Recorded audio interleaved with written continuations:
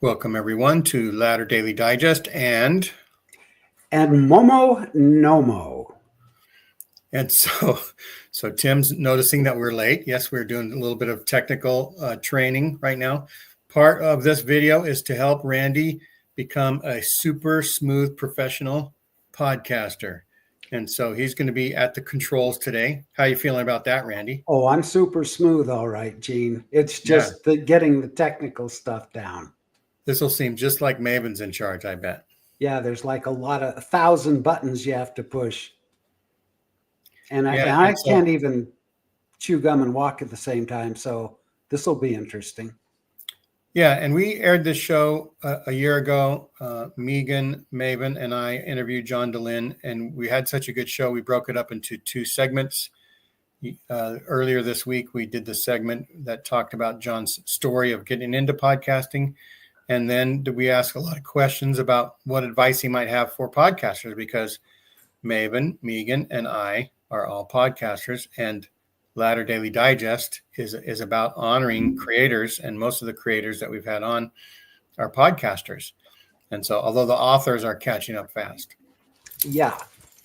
And so anyhow, we thought we would run this and get Randy's, input on what he said as like a reaction video, and also give him some experience doing that. And yes, so this way it forces Randy to watch some of my older content. So that's the well, and you know me, Gene, I've always got a lot to say, even if I don't know what I'm talking about. That's right. These shows last year did in the thousands of views, and so not expecting that much today. But also, this is a sort of an advertisement for tonight. We're going to do a show honoring John Dehlin's 20 years on YouTube. 20 years ago today, on September 4th, 2005. That was the 5 that I wanted to say. John Dehlin aired some of his pre-recorded shows that he had done. He had already been releasing things to Spotify or whatever they had, Apple, iTunes, however they released videos 20 years ago. And so. Well, and before we get started, I have a couple of things to say. Number one, any of you watching, I would like for you to get on your knees and pray for me, because I have my tax appointment after this. That's right. And I don't have money to pay taxes. So pray that I won't owe very much money. Yeah. Second, if you're watching this, I hate to be cliche, but remember to like it, because that really helps us with the algorithms. Like, and if you're not subscribed, subscribe. Some of you are on with us live, and I know we'll get more as we go. But whether you're watching the live or not, please like, subscribe, and if you think it's great, share it. If you don't think it's great, share it anyway. What the hell? You know what I'm saying, Gene? That's right. And Randy right now is going to add the video to the screen. And if he clicks this right, it'll be a major achievement in Randy's podcasting career. And that's pretty good. And then he's going to go to the tab. Welcome, everyone, to Ladder Daily Digest. We honor creators, and we are here today to honor one of the pioneers and one of the greatest creators in, we'll say, the Mormon spectrum for now. And that's John Dehlin. People joke like, oh, you're the ex-Mormon prophet. I don't think ex-Mormons see me as a prophet. I think they see me as a flawed, broken, problematic person. And I think that's how I am. So I'm glad people see me that way. I'm pretty sure that people see John as such a flawed person, they even start making things up about him sometimes. It's happened once or twice. Yeah, and that kind of leads me into another curiosity that I have is I've always appreciated the way that when someone criticizes you on one of your live streams and you put the comment right up there and you address it right away. I think all of us have to deal, of course, we all have to deal with critics, because not everybody's going to love us. And certainly that's true of all of us. So I like to hear that you appreciate the criticism, because you don't want to be held up as an idol. But I also want to know, was there a time when that bothered you how did you deal with it early on when you got negative comments, when you were just starting out and trying to make it? How did you deal with that as a creator, and how did you not let that keep you from doing what you were doing? See, now this is where I might have an issue. I am so thin-skinned sometimes that if I see anything negative, it's like my world collapses. So this is one of the areas that John seems to have overcome that I am going to have to overcome, because I'm too thin-skinned. Did you ever go through that, Gene?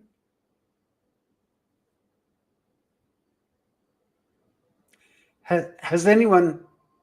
Things do hurt my feelings, but I recently been able to get over it, because we're all just human animals that are trying to do our best, and we all have different DNA, and we had different second grade teachers, different parents, and I don't take it as personal as I used to. Any criticism, I just accept it, and maybe I could get better from hearing it.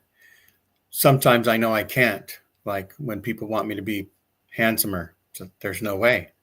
If you were any more handsome, Gene, I don't know what would do. Yeah, I'd give Brad Pitt a run for his money, probably. Right, exactly. Well, okay. I just wanted to ask you that. Let's see what we've got. Yeah. Thanks. Definitely hypersensitive to criticism. And I really like to be liked, and I really hate to be hated. So in some ways, this is the worst possible pursuit I could follow in this space, where you're talking about religion, sex, and politics, and faith wars. I've been mercilessly criticized from the start for how long my podcasts are, for how much I interrupt people, for how not smart I am, for like how much I get the history wrong, for not being intellectual enough, for not knowing true feminism, for not understanding, for being racially insensitive, LGBT insensitive, and the opposite, too woke. Yeah, all that. And I make money, or I'm, criticizing the church, or not being hard enough on the church. That was a big deal. Like, I was always being attacked by Mormons for being anti-Mormon while I was faithful Mormon, and the ex-Mormons hated me because they felt like I was an apologist. And all I can say is you just develop thick skin over time, and you really do become insensitive to a lot of that. Although I really do love feedback, and when I'm doing something wrong, I want to hear it, because I really am committed. I don't think you can, for creators out there that want to be successful, criticism is like gold for helping you create a better product. So you're dumb if you ignore criticism. You just have to be able to filter out mean-spirited criticism that's not given in good faith. And usually you can tell people like that. They're just unreasonable, and their criticisms are just unfair. You want to just have that roll off your back like water off the back of your duck. But if somebody writes in and says that thumbnail is insensitive, or that the way you meet with women one-on-one and ask them about sexual stuff, that reminds me of bishops. You want to go, whoa, maybe I should have female co-hosts when I'm talking alone to a woman about sexual stuff. You want to improve with that type of feedback. So it's really healthy. You ignore the dumb stuff. You learn to accept the good stuff. But the other thing is the more you get better, the more people will watch you, the more they'll want to donate. So it's really important to listen to and accept feedback. It's crucial to success. Even the feedback that's not in good faith is useful in a way. It almost shows you that you're doing the right thing, or you are triggering the right kinds of people, or maybe the wrong kinds of people. And I don't want to say that about all criticism, because it can be easy. I see people fall into that trap that any criticism means that I'm right and I'm doing the right thing. The flat earth community kind of sees that as, a validation. So And I think also maybe just not taking it personally. I remember the first time when I started off with Mormonism Live, the community was very positive and very accepting of me. So almost everything across the board was positive. And I remember the first comment on like a Facebook post where someone was like, I love when Maven pops up. I love what she has to share. And then there was someone that had written underneath it something like, I don't really care for her. And I remember feeling kind of hurt when I read that. And I was just like, well, and initially just for that second, I kind of took it personally, like, well, what's wrong with you? And like, I'm barely on anyway, but just like, why would you say that? But I just kind of took a step back and was just like, nobody is everybody's cup of tea. Even if you're doing everything perfectly, there's just going to be people that you're not their person. You're not going to reach them. And so I realized this isn't anything that this person is doing to me by not liking me. That's fine. And it's, that's going to happen. And they're still a good person, even if they don't care what I bring to something. So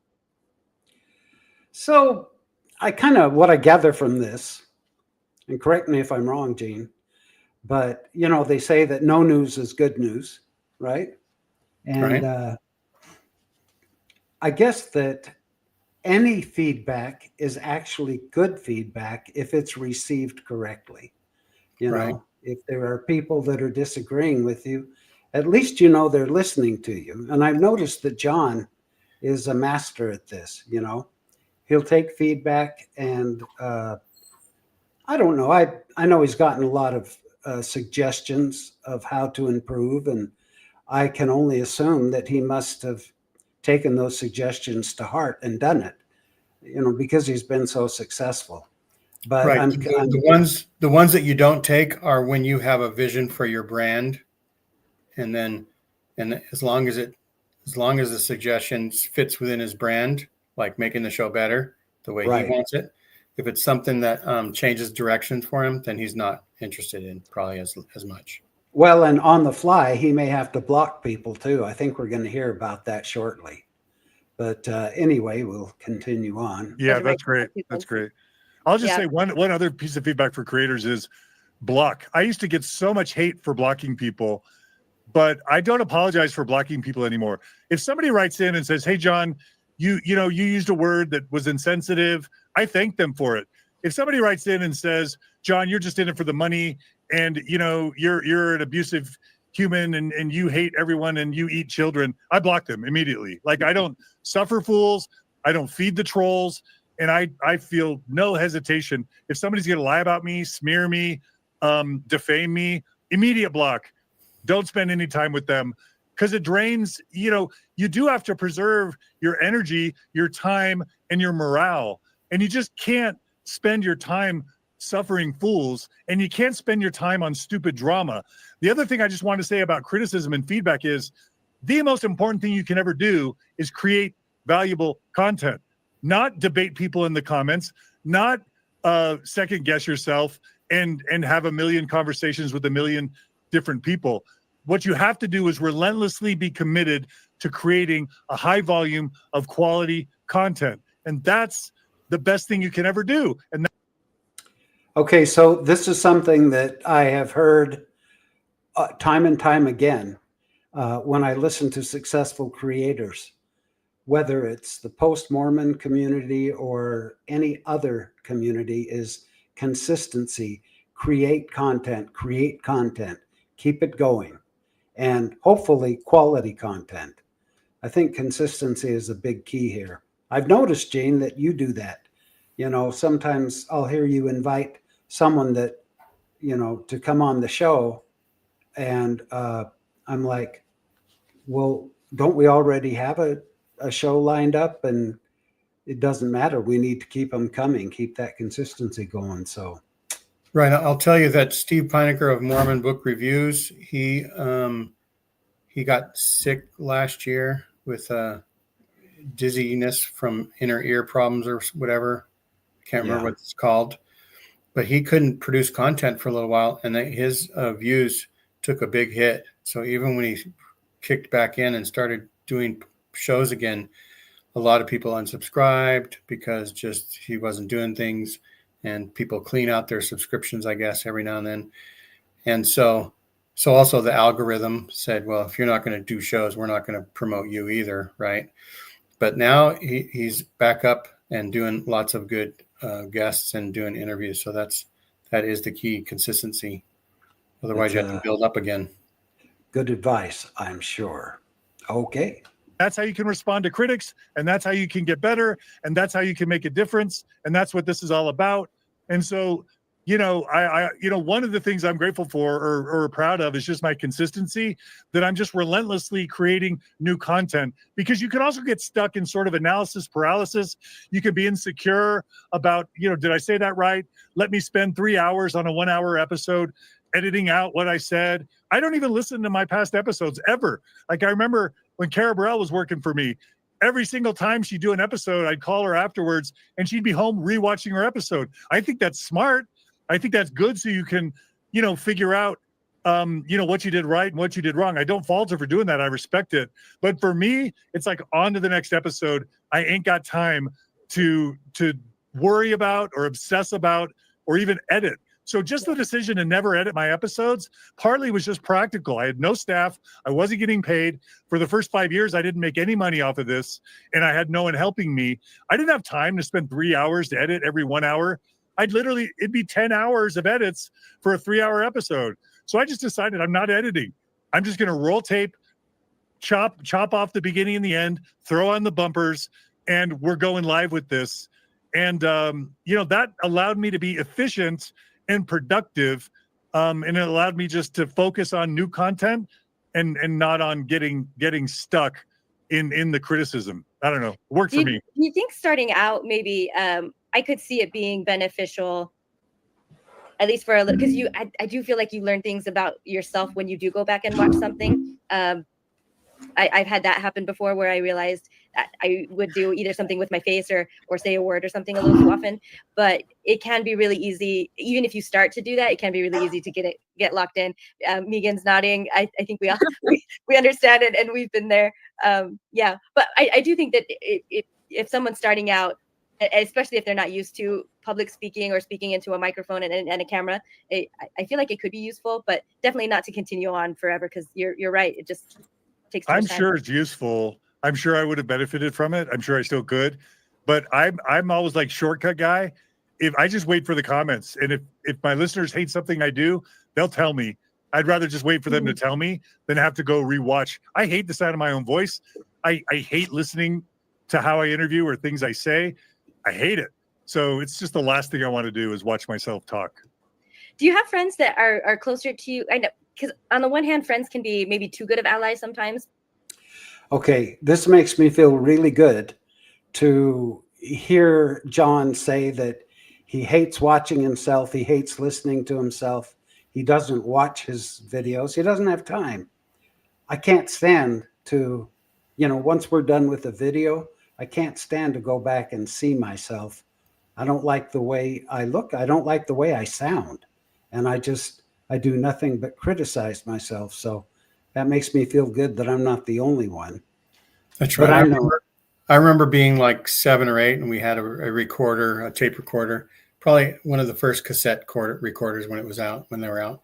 And I couldn't believe how different my voice sounded than what it sounded like to me back then.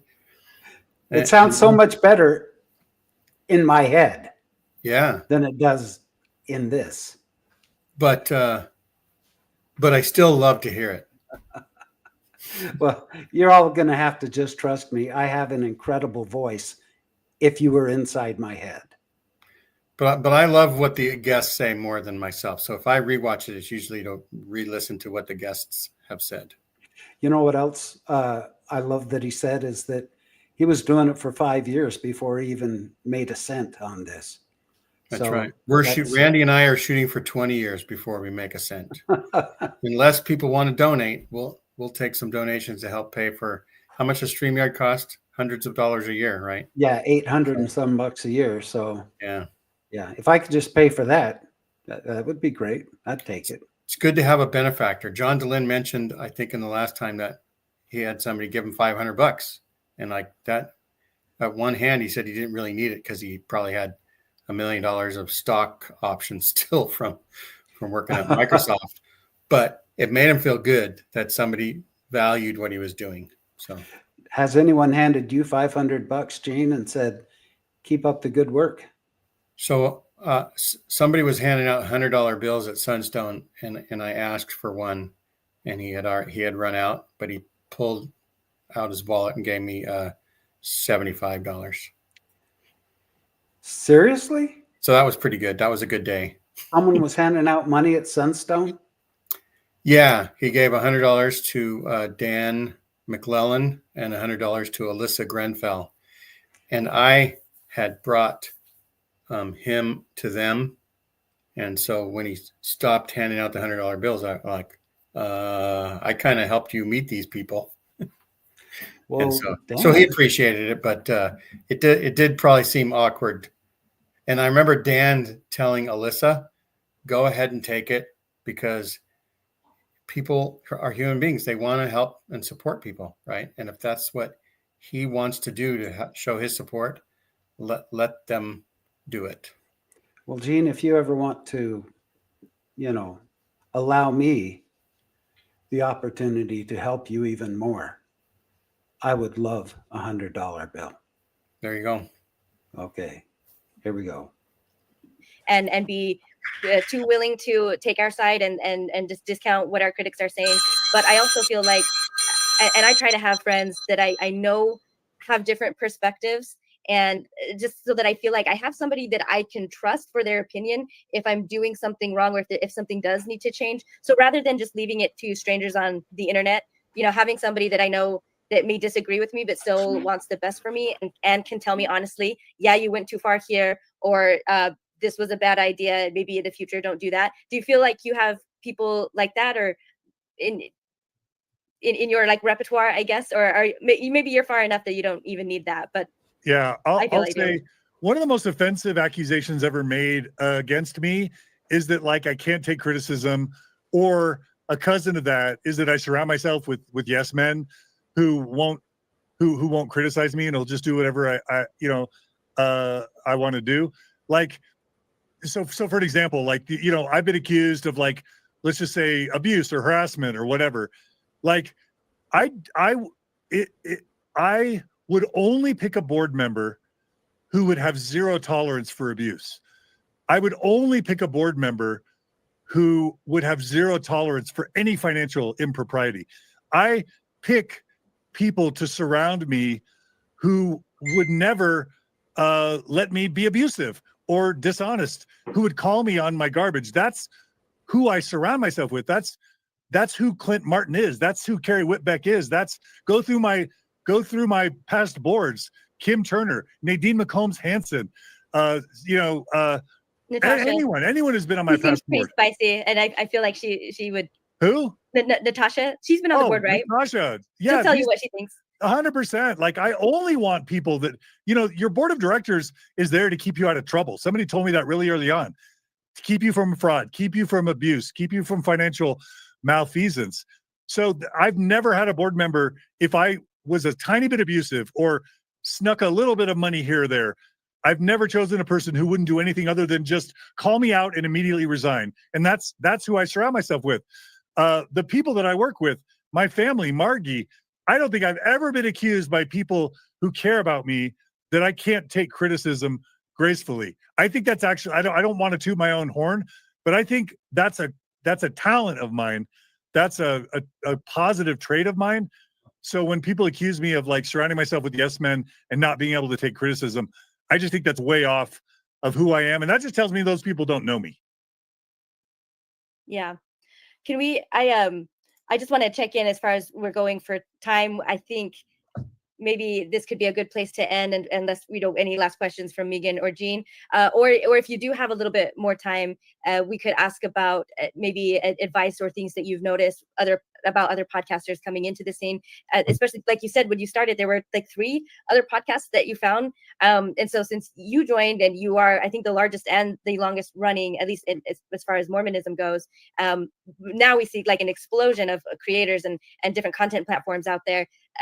So we can also talk about that, about trends you've noticed or advice that you would give. But if you're short on time, we can wrap it up here, and we can. No, I planned on a 2-hour interview, so I've got another 30 to 40 minutes. But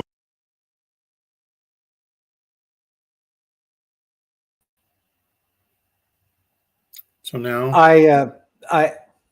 I know that this is putting the cart before the horse a little bit, but the advice that he's about to give was really, this is probably slapped me in the face more than anything he said to bring me into reality. That's when he's talking about how difficult this business really is. You know what I mean, Gene?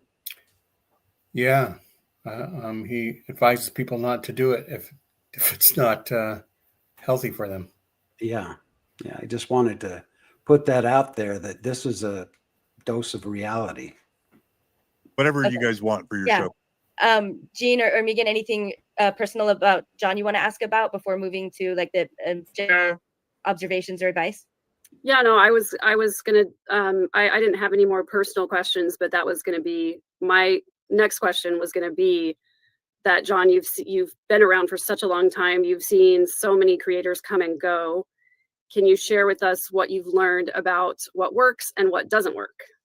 Yeah, thanks. I love that question. I love trying to help people become successful creators.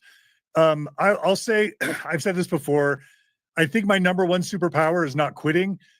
One interesting lesson I learned really early on, those couple times I was getting a lot of momentum, downloads were really significant, the growth rate was exponential, and then I just stopped.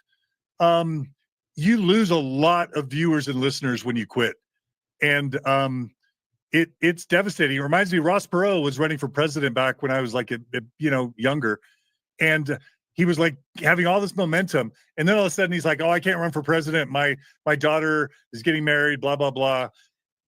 All his support disappeared. And then he tried to come back and it was just totally worthless. I learned from him and from those few times I stopped how hard it was to build back up, because not only do people just stop paying attention, but they kind of lose a little bit of interest, but they also lose a little bit of trust. It's like, oh, he's not really committed. So I like to say that, since 2010, I've been going 14 years, really hardcore, without a week going by without an episode.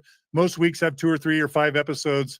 And just so many times, whether it's the excommunication, marital struggles, family struggles, financial struggles, board struggles, haters, defamation, antagonists, discouragement. I just haven't quit. So I think that's my biggest superpower, is just never quitting. And this space is so toxic. The ex-Mormon community is amazing. It's filled with beautiful people, and it can be a cesspool full of toxic, broken toys. It's both. And so the fact that I've survived 19 years, I think is a miracle. And so that's one thing I want to say about that. Can I ask about that? Yeah, sure. I'm wondering, like, how is it, do you feel when you were going through something difficult? Because this is how I am. I know when things are really out of balance in my life, or I'm just not feeling on top of things, it's really difficult for me to push through and do these things, especially interviews, especially if I'm facing other people. It just seems like the anxiety just really peaks when I'm not doing as well. So it almost like hurts more to try to do it. And I also worry or feel that I won't be offering my best to an interview if I'm feeling like so many things that are going on in the background. So have you felt that way too, and you just did it anyway? Or like, do you have a trick for pushing through when you feel like maybe because of the things that are going on that you don't have it in you to provide a quality product, but it's the consistency that matters? I don't know. Do you have an answer for that? Oh my gosh, Maven, I'm so glad you asked me that question. Like, if somebody comes to me and says, should I be a content creator in the ex-Mormon space? My template-based advice would be no. You'd be crazy to enter into the space, not because it's super hard to become sustainable, which it is, but just because it's so brutal. It's so brutal. Everything from losing, losing family members who are believers, losing friends who are believers, being demonized by believers, to toxic ex-Mormons who want to tear you down and criticize you and destroy you, to the defamation, to being called horrible things on the internet, just to the like power dynamics of like getting along with people and then if you try and work with someone, then it doesn't work out. They want to destroy you and take you down, or shit talk you, or even just like you work with someone and then they break off and want to do their own thing, and you're just like, great, I just invested in them and supported them, and now they're off. Like, it is, and then just the topics, all the trauma, all the abuse, all the dishonesty and the malfeasance, and just all the heaviness of the topics of racism and sexism and feminism and homophobia and the faith politics. Like, no, run away. Like, my first bit of advice to creators is run away. You'd be crazy to be in this space. Don't do it. So there you go. So that's not the most encouraging thing in the world, but he obviously knows what he's talking about, because he's brutally honest about it being a very difficult row to hoe. And I think if someone doesn't have just a real specific niche, that it's kind of a dog eat dog world out there, right? And I think that's why a lot of people don't like public appearances, public things that they do. They don't want to teach a class even because somebody might criticize them or something like that. And so it's kind of natural to avoid that, let everybody else do that thing. And so anyway, yeah, you have to have some reason that's really good. That's what, like, I had a really good reason. Randy just wanted to be like me, which is not a very good reason. I want to be you when I grow up, Gene. That's right. And so, yeah, but there are difficulties. It's like, but overall, meeting people and doing all these things that I've gotten to do is, makes it worth it to me. And it almost sounds a little bit like John doesn't want, competition, but he's also being honest about how it's tough on your psyche. Yeah, I think he's going to talk a little bit about competition coming up here. I know that when Bill Rill first started, John was a little intimidated by him, but I think we'll hear him talk about that now. Do it. Don't do it. That's but honestly if they're not smart feel. enough to listen to that advice, then what's the Don't next? talk about me like that, Maven.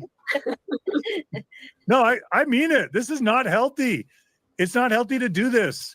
But for most here's people. what I would say. Here's what I'd say, John, is, and I think this has been brought up before. The Mormon story is a human story. And that's also what attracts a lot of people, I think, that aren't Mormon to your podcast in particular, because everybody can resonate with the different things that we humans go through, whether it's because of belief or because of life changes or anything like that. And it probably is, every podcaster would say the same thing, about losing friends once they started giving their opinions on their podcast. That's what I think. Yeah. I don't think any of us would be here if it weren't for you and your podcast. So if you had taken your own advice, where would we be?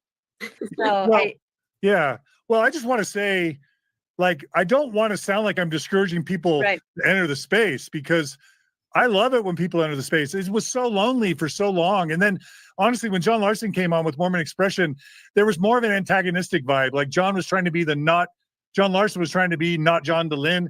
He would swear. He would talk about stuff I was uncomfortable. They were all out of the church. They were willing to, swear and criticize the church in ways I wasn't comfortable. And they would make fun of me, or at least I felt like that was true. Infants on Thrones also started out as kind of friendly, but then I felt like they became more and more antagonistic over time. That's been true about a lot of people. A lot of the people that I helped get started, helped promote, helped encourage, ended up becoming enemies, because I think there's this really good book called The Status Game. And this idea of crabs seeing another crab crawling out of the bucket and they pull them back in. We're freaking bonobos. We humans are bonobos. And when we see someone else gaining status, I think it's in our nature to want to tear them down and destroy them, if not because we're jealous, but because oftentimes you can build up your status by invoking someone else of higher status and then trying to knock them down. So anyway, I love it when people join. I was lonely for so long, and I'm thrilled that we now have this vibrant ecosystem of creators relative to how it used to be.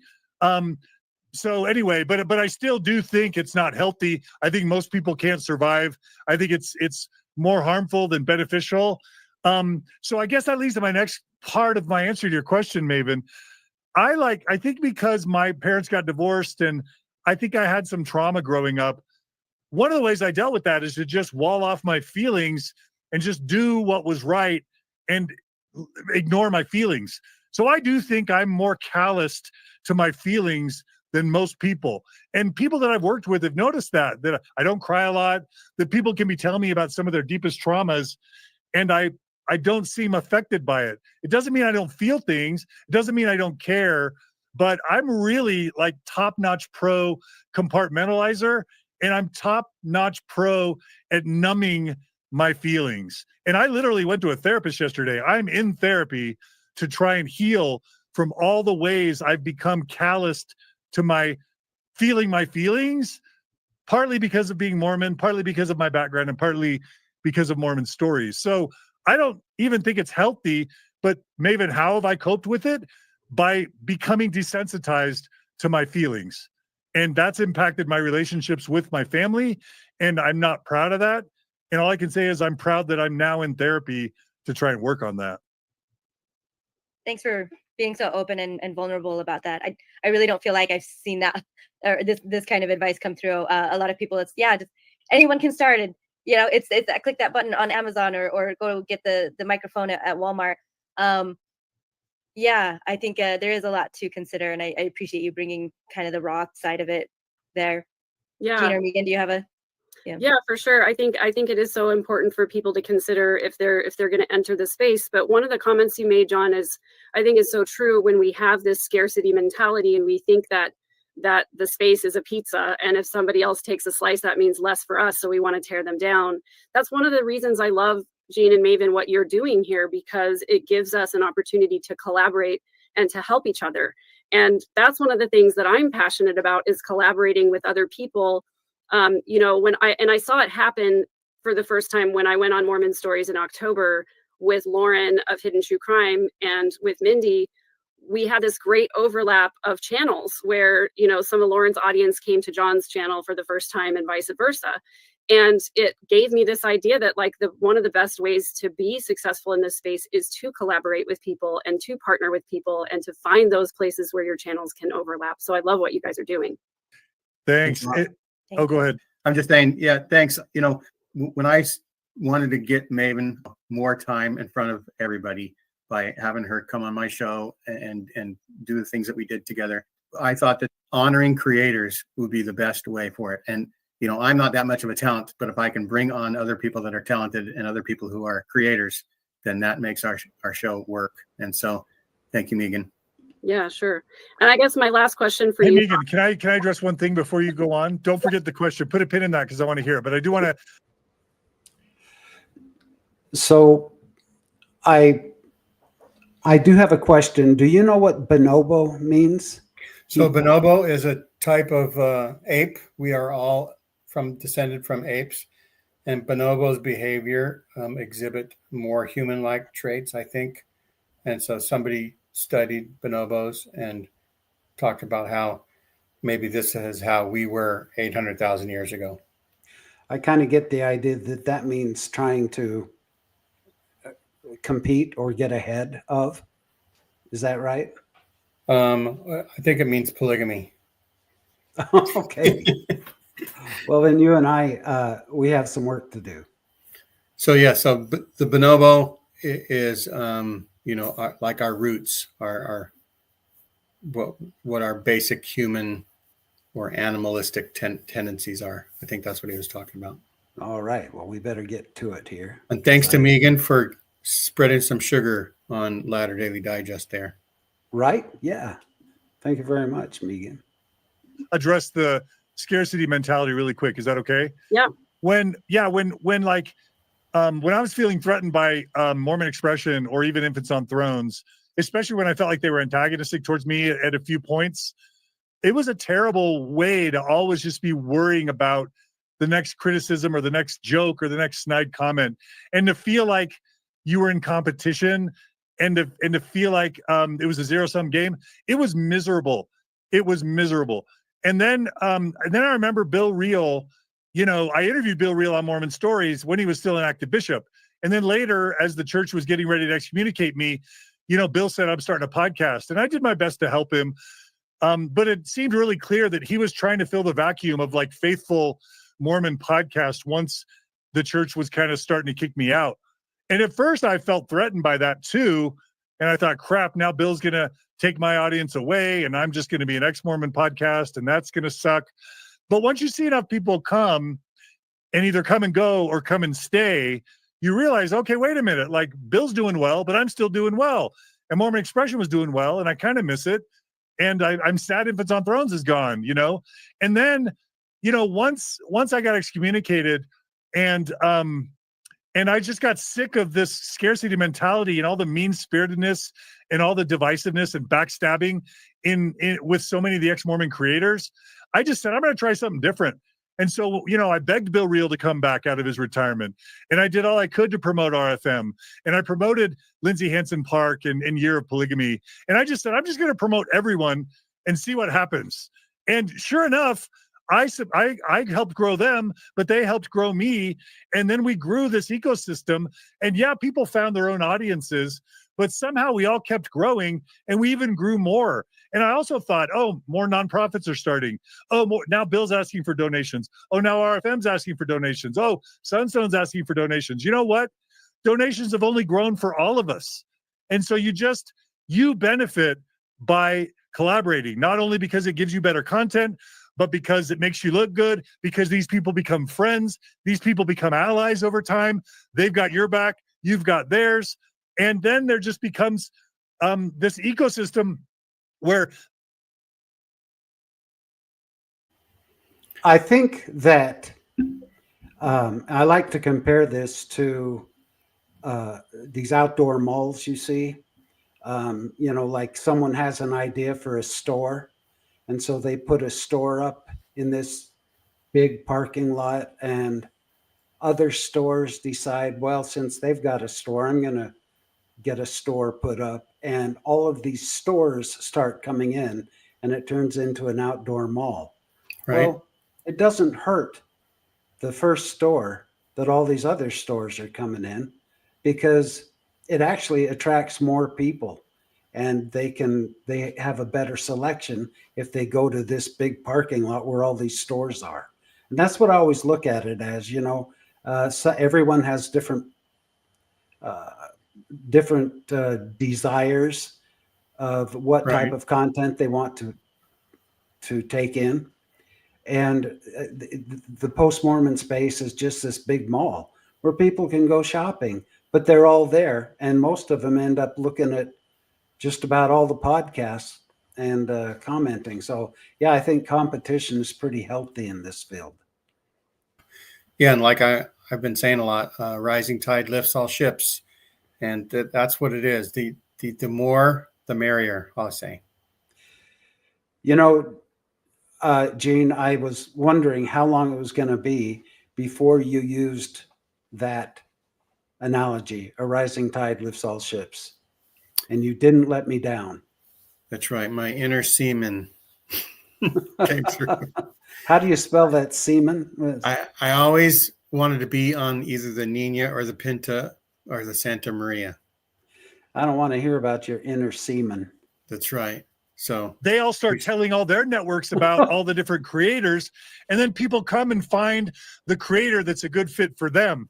And so it's kind of like Silicon Valley. Like Apple was there, Motorola was there, or Intel, or Hewlett Packard, or Google, or it's no accident that all of these tech companies all sprung up around other tech companies. It's because there's this virtuous cycle of collaboration and an expansion when you no longer have a zero-sum game scarcity mentality. So anyway, it's good for the audience too, especially because people have different things to bring to the table. So like with Year of Polygamy, I'm very weak on that subject. So I would much rather have someone come on that has spent the hours and hours and hours that she has, delving into this, versus having me to have to do all of the same research from scratch, basically, to do the same thing. So yeah, Megan, do you still have that question? I do, believe it or not, it's still in there.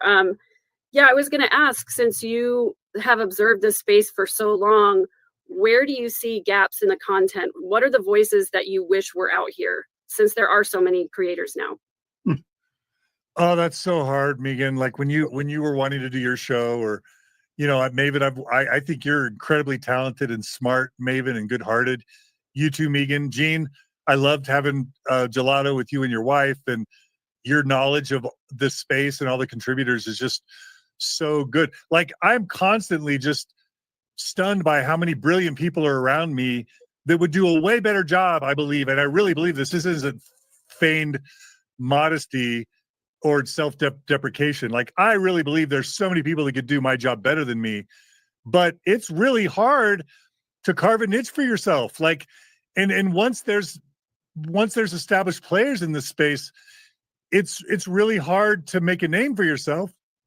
But then also the hardest part of all, but the most important part, I was just going to say, one rule is you got to create content weekly.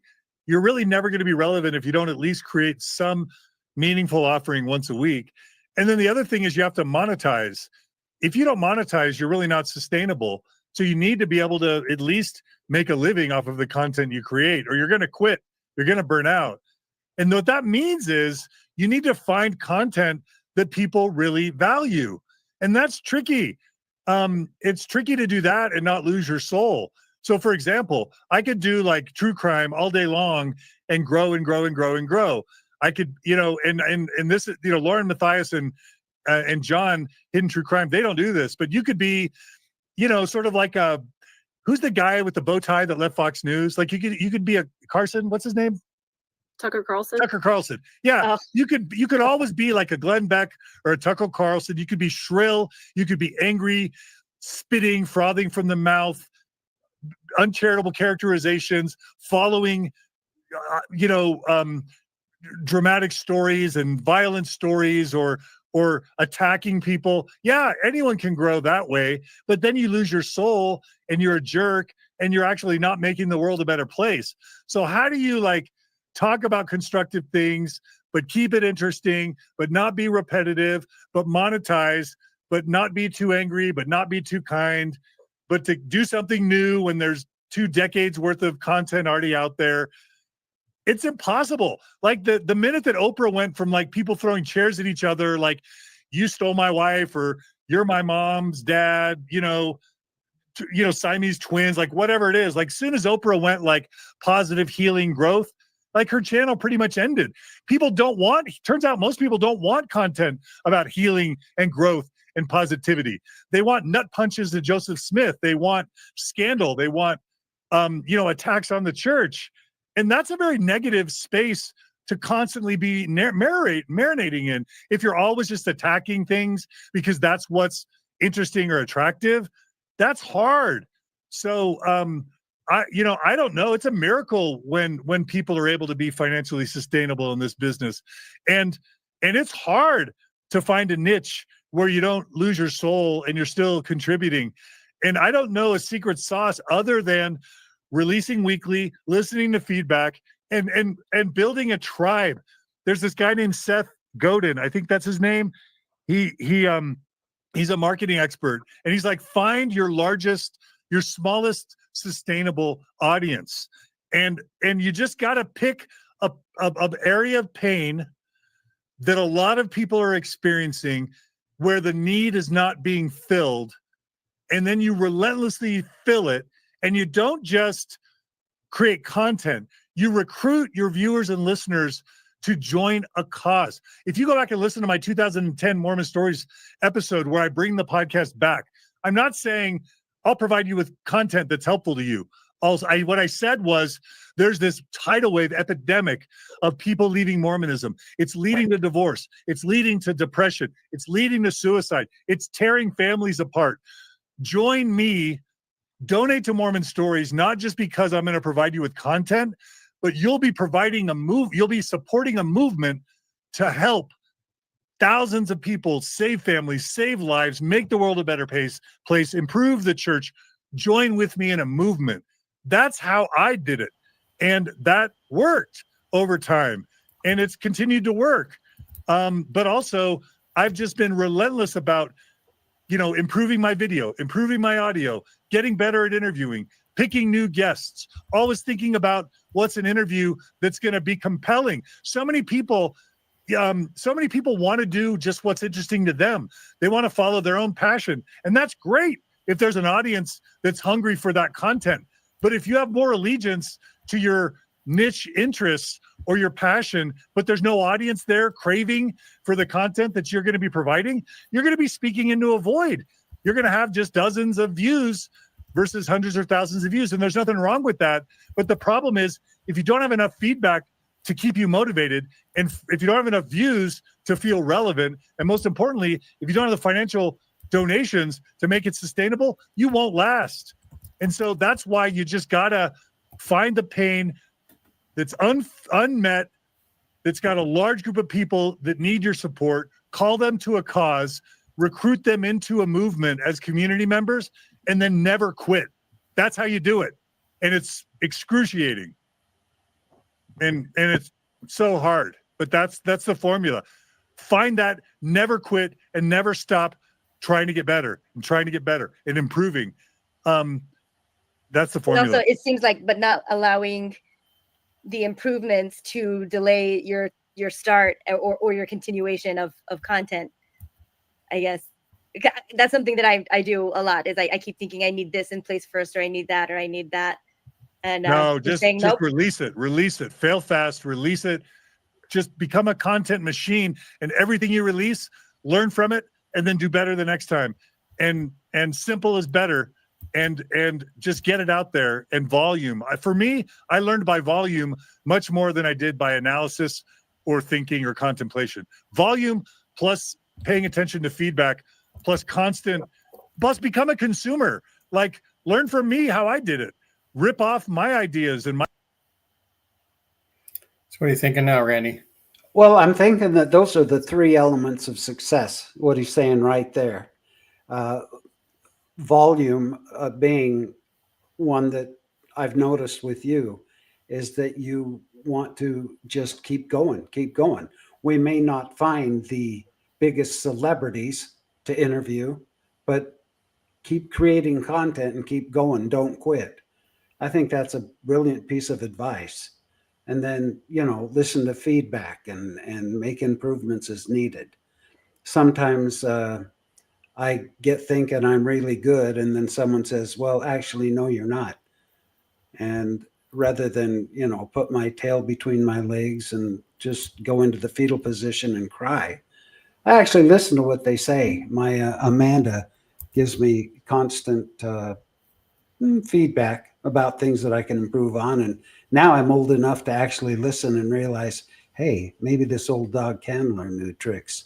And I think John's, telling us that same thing. It's a great advice, in my opinion. What do you think? So I think he needs to take more of his advice. He needs to collaborate more. He needs to bring Alyssa Grenfell on a show about a subject.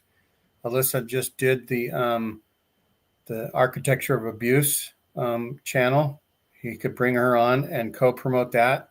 They could do a simulcast and tell the world about that very interesting and needed channel that Alyssa was part of. And so yes, he could do more collabs. He could do another collab with Shalise Ann Sola. We could do a collab with Shalise Ann Sola and Alyssa Grenfell. So if you two are listening to this, come on. That's right. I have been collaborating with Megan Connor. We've been doing some shows together. Our Tuesdays with Tim is basically showcasing people. I bring in other podcasters to the conversation, and they get to promote their show a little bit. And so yeah, it's something that if the big players did more, they could grow more. I mean, I think about Alyssa Grenfell's channel. Half of her almost 500,000 subscribers might not have even heard of John Dehlin yet or cared to watch any of his videos. So if 10% of the 250,000 subscribers that haven't really cared about John Dehlin view it, 25,000, and then maybe half of those subscribe, John Dehlin will finally reach 300,000. That's what I think it'll take him to reach 300,000 before Halloween this year. Well, you heard it here first, folks. There you go. Okay. Well, I think we'll get back to the show because I know that time is marching on. My techniques, I don't mind. I wish more people would do that, you know? So just steal ideas and borrow and learn from other people that are doing it and become a consumer of the types of things you want to be a creator of. Those are some ideas. There you go. I think that's so amazing. You have so much passion and enthusiasm for what you're doing, and you have so much knowledge, having been in this space for such a long time. And I think this is going to be so valuable to anybody who's considering becoming a creator, and to the existing creators. We need to tag everybody in this. The other thing is, the other quick thing is, when you're building what you do, find people bigger than you to go on their show and to bring them on your show. Take advantage of other people's networks. And when it really gets beautiful, like with Hidden True Crime, is when I can bring my audience to Hidden True Crime, and Hidden True Crime can bring their audience to me. I try to do that with Mormonism Live, with Radio Free Mormon, with Mormonish, with anyone that I could. I tried to be generous with my audience, but I love it when I was able to get people bigger than me or as big as me to let me come on and share their audience with me. So reciprocation, cross-network collaboration is a crucial key to success and to growth. Right. Cross promotion, collaboration. Yeah. That's the way to have the rising tide lift all ships. And honestly, Gene, that's, when you helped me realize how generous you've been in supporting me over the years, which I was really moved by. I knew it, but I'm always just so busy. I don't have the time sometimes to be as grateful as I should be. Obviously, Maven, you've been incredible all along. Megan, you're a dear friend and you've been amazing support.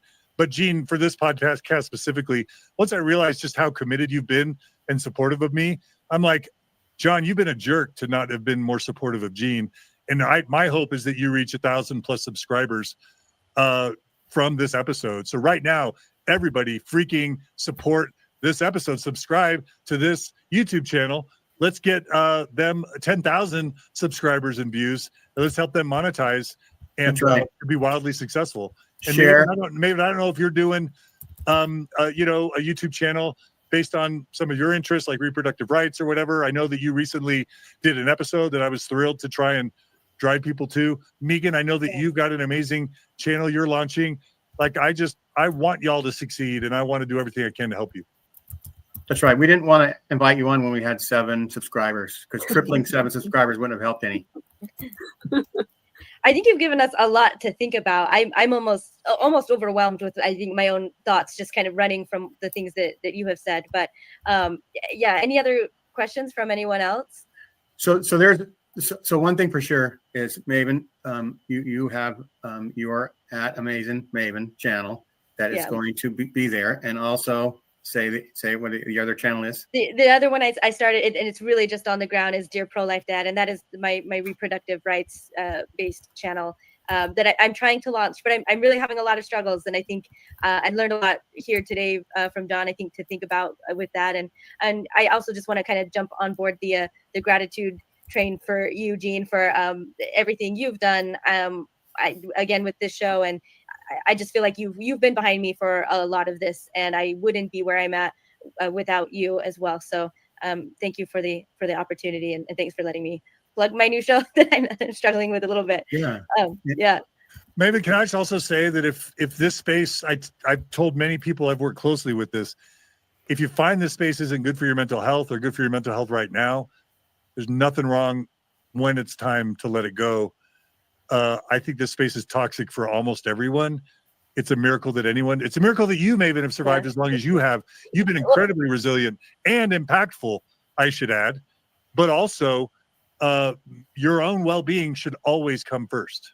And there's no shame in laying down the microphone temporarily or permanently. I feel that, but I think part of the issue, and I do feel like in the ex-Mormon community, I feel like I've been treated much better than a lot of other people have. Overall, it's been, I think, pretty overwhelmingly positive. It is a lot tougher for me in the reproductive rights area, I think, and it is tough on my mental health, because I think I do have some still unresolved trauma around it, but it's also really important to me. So I kind of feel this pull of like, I just really want to be doing something to help. So yeah, so that's kind of like what I'm navigating right now, is just like, I don't I think my mental health struggles when I feel like I'm not doing something, but I also feel like it's tough to be in it, especially when there's people that, in this space, what I see is, I mean, in Mormon, we see a lot of harm, that we see families split apart and everything. And I feel like that's what I'm seeing in this other arena too.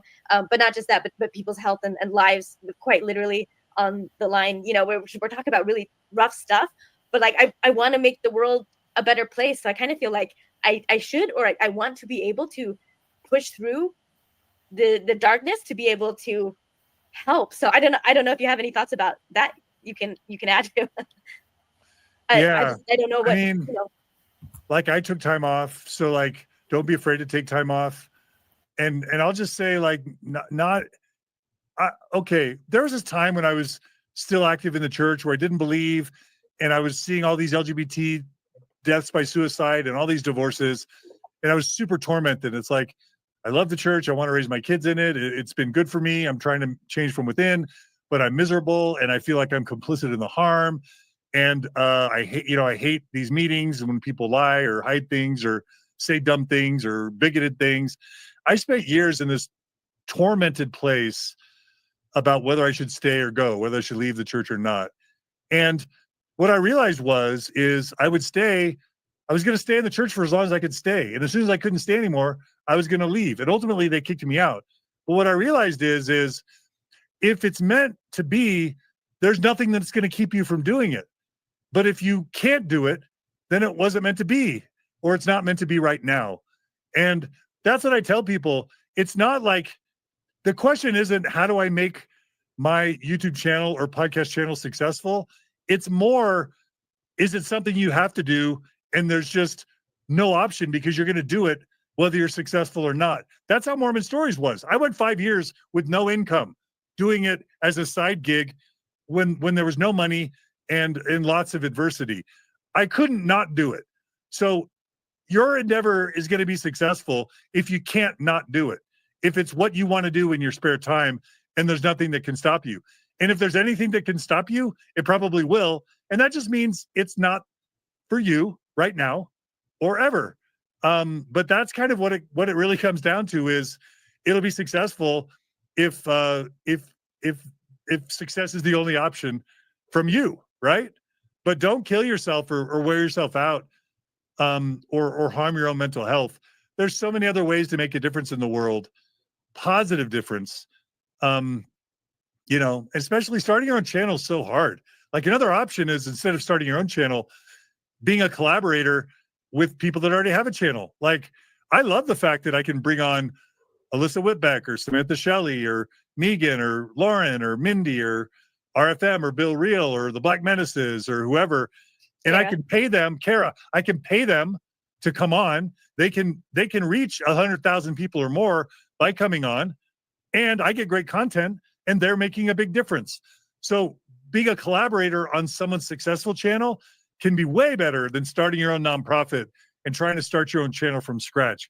I honestly wish there was more consolidation sometimes versus everyone trying to recreate the wheel with a new nonprofit and a new channel. Yeah. Not because I want power, I don't. And not because I need more drama or headaches or staff, because I don't. But it's not efficient for everybody to try and start their own channel and their own nonprofit. So that's where it gets complicated. But that's an option I think more people should consider. And one thing that Maven and I have talked about also is like crafting a message, right? I think that you with Mormon Stories tried to steady the message every single time. Is people have stories and we're going to let the audience see their stories. And that's helped you stay the course, I think. Yeah. Well, I should also say that Mormon Stories would not exist without all the amazing people that have been willing to tell their story, like you, Maven, like you, Megan, like literally thousands of people have been willing to come on and tell their story. That's the backbone of Mormon Stories. And then the viewers and the listeners who have encouraged me, the donors that have financially supported us, couldn't have done it without you. And then my board members and my staff, like you, Maven, and others, Gerardo, obviously, and just all the staff I've had over the years. It's been a huge community effort. And I would be remiss to say we would not exist without all of those contributions. It's a community effort. I've been sustained by my donors and my supporters and my staff. Yeah. It seems like we're running against the hour. And thanks everyone for watching. Share, like, and subscribe. And check out Maven's channel. Check out Megan's channel. And if nobody's ever heard of Mormon Stories before, check out John Dehlin's channel. It's really pretty good. So anyway, thanks everybody. Have a great rest of the summer. Thanks, guys. Thanks This for is coming, super John. fun. Good luck, everyone. Well, so it looks to me like Mr. Dehlin pays his guests to come on. I'm wondering how much you pay your guests, Gene.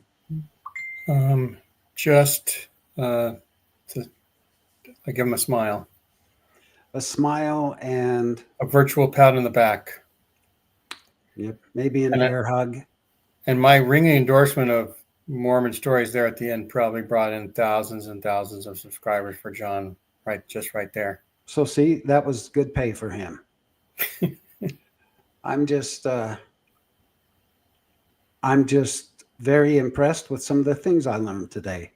I learned that it was a rough start for John. I learned that it's not an easy business and that only the toughest are going to survive, or only those who have such a determination that they can't not do it, as he says. And when we become successful enough, Gene, maybe you and I will be paying our guests.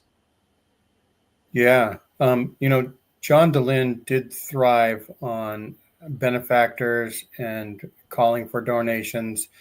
And he was the man that helped everybody for the last 20 years catch his show and realize that they weren't alone, that there were other people that had problems with either the doctrine or the history or the culture of the church. And by showing people that everybody's struggling because there's sort of a sandy foundation that's there where they pretend that God is running the church, and they're just a bunch of guys that are, I would say, doing their best, but I'm not sure they do their best. I think they are trying to do what's safe and what keeps their paychecks rolling in, what keeps them flying around the world, globetrotting, and being worshipped by thousands of people at different stake centers that they go to, or different events like temple openings and stuff like that. So, they can hear this message, and if the SCMC is watching ever, and maybe improve, right? Sure. And speaking of watching, we've got something coming up tonight. Would you cover the details of the tribute to John's 20-year anniversary? Yeah. So tonight, starting at 4 p.m. Pacific Daylight Time, we are going to host a show where people can not call in, but show up in the studio with a link. We'll be providing that. And there's about 20 people, about 10 podcasters are going to come on and say their thanks to John, talk about what it meant to them for John to either air stories that helped them, stay sane, or gave them a space to do a podcast, right? John Dehlin was the pioneer, sort of, along with some others that he mentioned in this interview, that, helped set the stage for more and more people. And so Alyssa Grenfell and Shalise Ann Sola have really taken that. They're a lot prettier than John or you and I. And wait, I know they're prettier than you and John, but prettier than me? I think if we took a poll, you Gene. might realize the truth of the matter. Maybe this is the same way that the leaders of the church, when they take a poll about how shitty the temple services are, that they change it. And then they think they change it enough. And then they take another poll, and sure enough, something else is wrong. And then they do another poll, and people are wondering why Jesus doesn't have a big play. Like, it's Jesus's church. We're supposed to be like Jesus. What do you think is like Jesus, Randy, the most? what do I think is like Jesus the If most? somebody was going to be like Jesus, what would their character be like, and how would they behave toward people? They would never be judgmental. They would only offer love and support. And they would tell everybody that they were very pretty, including their co-host. That's right. You're pretty, Randy, after all, anyway. Thank you, Gene. And so they also might tell people that they had more money than God, right? And let people know what they're doing with it and do something with it that actually helps people around them. And so, so from 4 to 7 tonight, Pacific time, we are going to basically let people know that today, 20 years ago, John Dehlin released his first YouTube podcasts. And he's been doing it for more than 20 years because he released podcasts without YouTube first. But YouTube started that year. It started 6 months earlier. And some people were thinking, how many people were watching YouTube back then in 2005 and 6? Hardly any, right? As Barbara Mandrell says, he was country when country wasn't cool. Yeah. And it wasn't until cat videos helped put YouTube on the map that people started watching it more. So thanks to cats. Thank you, kitty cats. There you go. Well, thanks everybody for watching. Yeah, we appreciate you coming in. I appreciated that John Dehlin came on our show. I appreciated Megan Connor for stepping up and she at first was going to be a substitute. And then when she said she reserved the whole day, I said, you have to be on camera. And so we ganged up on John a little bit with the three of us. And, Maven did a very good job. And she, looks good in it. She did a good job. The whole thing went well. Yeah. And I appreciate you allowing me on here, Gene. And I know you appreciate me allowing you on Momo Nomo. What people don't realize is that the thousands of hours I've dedicated to training Randy over the last couple of weeks has paid off because he was at the controls today and he did a fine job. And thanks, Randy, for pressing some buttons today. I was a button pusher. There's things to learn still, but nothing was too bad. Nothing was bad as I have done sometimes in the past. Well, but we learned from our mistakes. Not that there was any pressure or anything, but you did tell me, Gene, before we started that you bet your wife, Michelle, $100 that I would F up and push wrong buttons. But looking back over the last hour, I think you owe Michelle $100. I think so. I think you hit over 400. If you were a baseball player, you'd be in the Hall of Fame. Nice. For what happened. So for one of the early times that you were taking charge. So thanks everybody for watching. Share, like, and subscribe. Have a wonderful 2025. Come watch the show tonight. And if you're brave enough to thank John, maybe he sees it. Maybe he comes on at the end. Who knows? There's a rumor. And maybe John gets some payback, right? For all the hardships he tells us he's gone through, right? And so excellent. Anyway, we'll see you later. And